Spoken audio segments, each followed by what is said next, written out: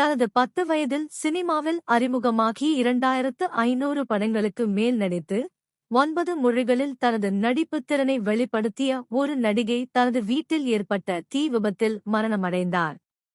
அவர்தான் நடிகை சுகுமாரி. தனது பெற்றோர்கள் கேரளாவை பூர்வீகமாக கொண்டவர் என்றாலும் தமிழகத்தில் நாகர்கோவில் பகுதியில் 1940ஆம் ஆண்டு பிறந்தவர்தான் சுகுமாரி.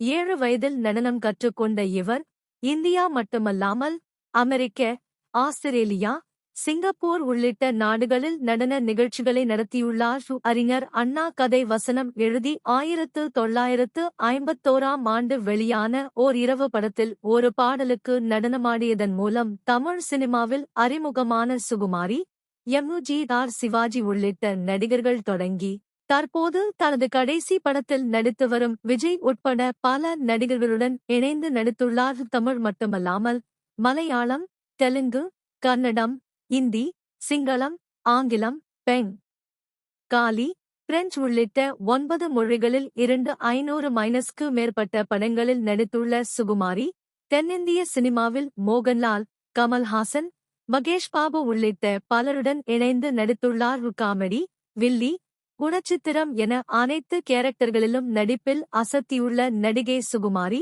2003ஆம் ஆண்டு இந்திய அரசின் உயரிய விருதான பத்மஸ்ரீ விருதை பெற்றிருந்தார்.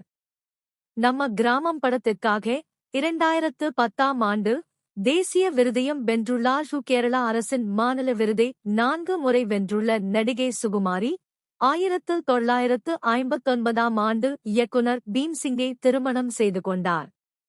1978ஆம் ஆண்டு பீம்சிங் இறந்த நிலையில் 38 வயதில் சுகுமாரி தனது கணவரை இழந்தார். அதன் பிறகு தனது சுரேஷ் பீம்சிங்கை வளர்த்து ஆளாக்கினார்.